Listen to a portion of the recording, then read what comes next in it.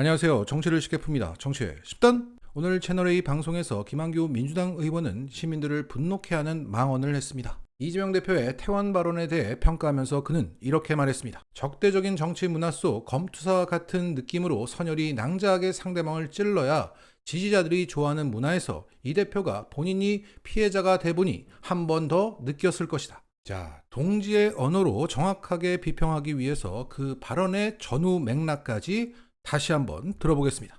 이재명 대표의 발언은 제가 최근에 들은 이재명 대표 발언 중에는 뭐 가장 좋은 축이었던 것 같아요. 왜냐하면 저 개인적으로 이 적대적인 정치 문화, 항상 이렇게 토론회에서 싸움을 붙이고, 그러니까 항상 저도 이 검투사 같은 느낌으로 콜로세움에 세워져 있는 검투사, 그것도 그냥 찌르면 안 되고 선열이 낭자하게 찔러야 지지자들이 좋아하는 뭐 이런 정치 문화에 대해서 이재명 대표도 본인이 일단 상대가 돼서 피해자가 되어 보니 한 번 더 느낀 게 있었겠죠.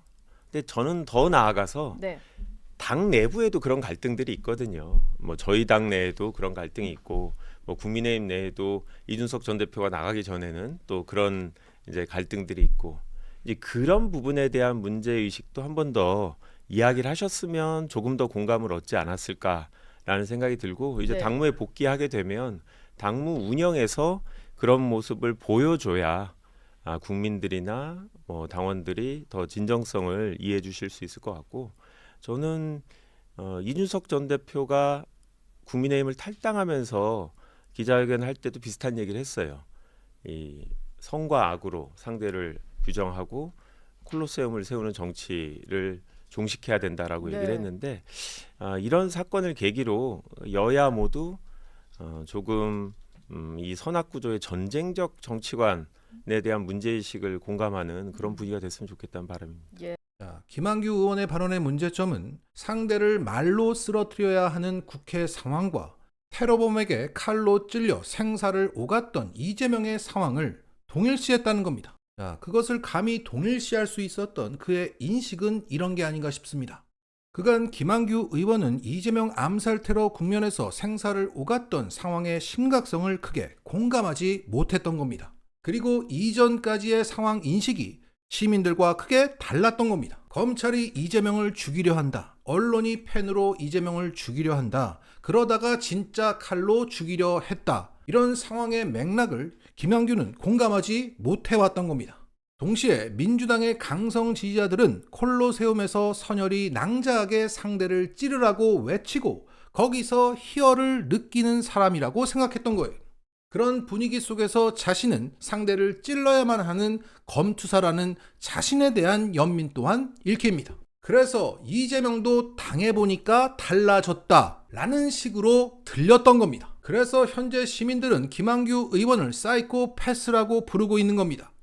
최근 화제였던 OTT 드라마 무빙은 초능력자를 다루는 이야기지만 가장 중요한 것은 공감 능력이라고 말하고 있습니다. 결국 김한규 의원의 문제는 인식도 표현도 모든 게 부적절했지만 무엇보다 타인에 대한 공감 능력이 결여되었다. 자, 이런 가운데 김한규 의원이 해명글을 올렸습니다. 자, 서로는 각설하고 이재명 대표 피습 사건은 저를 비롯한 동료 정치인들에게 큰 충격이었습니다. 그래서 저 역시 대표님이 퇴원하면서 낸 메시지 전쟁 같은 정치를 종식해야 한다는 말에 깊이 공감했습니다. 이재명 대표님은 증오 정치 문화의 피해자로서 그 폐해를 개선하고자 퇴원 후에 첫 메시지에서 말씀하신 겁니다. 그래서 저는 그 메시지를 출연한 방송에서 인용하기도 했는데 몇몇 분들이 우려와 비판의 전화를 주셨습니다. 같은 말이라도 피해 당사자가 직접 하시는 말씀과 제가 옮기는 말은 다르게 들릴 수 있을 것입니다. 그 점 충분히 고려하지 못한 점에 대해서 사과드립니다. 더 이상 이러한 정치 문화로는 안 됩니다. 증오 정치 어쩌고저쩌고. 자, 그러니까 이재명 대표가 했던 말과 내가 했던 말은 같은 말이었다. 그런데 그걸 옮기는 과정에서 다르게 들릴 수 있었다. 오해하게 만든 점을 사과한다는 겁니다. 자, 사람들은 그게 그거하고 같아? 라고 묻고 있는데 같아. 미치겠습니다. 공감 능력이 없어요. 깔끔하게 사과를 했다면 모르겠는데 이렇게 해명해서는 재기는 힘들어 보입니다. 그리고 김한규는 왜 자꾸 제3지대를 두둔할까? 이낙연도 박영선도 왜 이럴까? 그리고 언론들은 왜 자꾸 양극화된 정치가 문제라고 하면서 제3지대 신당으로 사람들의 눈을 돌리려고 할까? 답은 간단합니다. 자신이 소위 있는 사람이기 때문입니다. 자, 이런 맥락에서 다음 뉴스는 있는 사람을 위하는 윤석열의 벤틀리 발언을 짚겠습니다. 어제 윤석열의 민생토론회 발언 영상이 크게 회자되고 있습니다. 업로드 하루 만에 이 영상은 120만 뷰를 넘고 있고 그 댓글을 보면 소장하고 싶다, 다들 봐야 한다, 눈물이 난다는 등의 반응이 많습니다. 내가 겪고 있는 현실의 이유를 잔인하게 보여준다고 생각하는 것 같습니다. 이 영상을 본 시민들은 그 내용을 이렇게 요약하고 있습니다. 부유층 감세와 럭셔리 자동차 생산은 서민을 위한 것이다. 자, 여기서 윤석열은 부자들 세금, 특히 종부세를 깎아줘야 한다며 장황하게 얘기를 했는데 그중 국빈 방문 때 72억짜리 벤틀리를 타본 경험을 자랑하듯 말하면서 그 벤틀리 세금을 낮춰줘야 벤틀리 만드는 서민들의 일자리가 생긴다고 했습니다.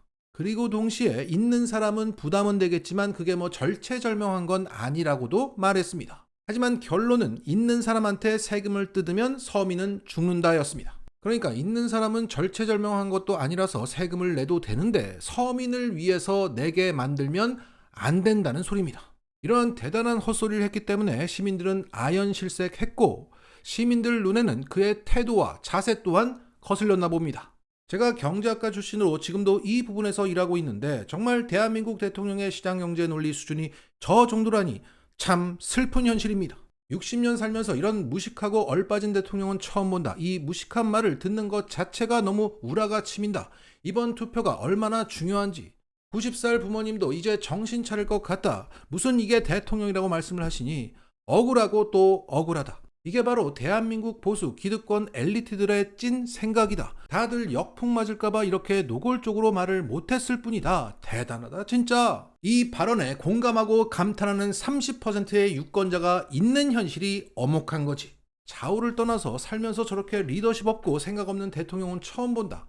지인들 술자리에서 할 얘기를 저기서 하고 있네. 아는 거 없이 미련한데도 태도와 말투도 겸손하지도 않네요.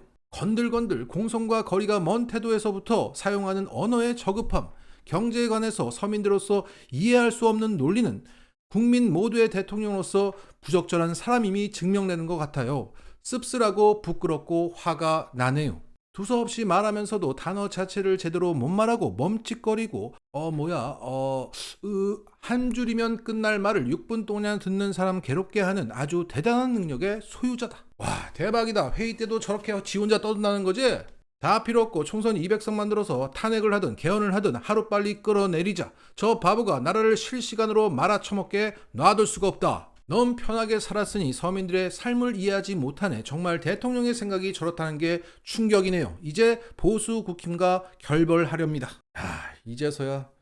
자, 이 영상에 달린 댓글을 한번 보시면 아시겠지만 좌우를 떠나서 대통령의 지적 수준, 태도, 말투에 대해서 한탄하고 있고 술자리에서나 할 법한 얘기를 대통령이 하고 있다는 것에 자괴감을 느끼면서 투표 잘하자고 서로를 독려하고 있습니다. 자, 정리하겠습니다. 이처럼 윤석열은 있는 사람을 위합니다. 그리고 있는 사람이 소유하고 있는 언론들은 윤석열을 위합니다. 여기서 언론들은 민생 파탄의 원인을 양극화된 정치 때문이라 하면서 자꾸 제3지대 신당으로 눈을 돌리게 만듭니다. 어차피 국힘 30%가 있으니까 나머지 중도층을 흔드는 겁니다. 유시민 작가가 말했듯 다음 총선은 국힘당에 과반을 줄 것인가, 민주당에 200석을 줄 것인가의 선거지. 어중간하게 주면 여기서 변하는 건 없습니다. 결국 윤석열이나 이낙연이나 이준석이나 박영선이나 김한규나 언론이나 여기서 변하지 말자는 겁니다. 극단적인 대통령이기 때문에 극단적으로 심판해야 현실은 바뀌는 겁니다. 마치겠습니다.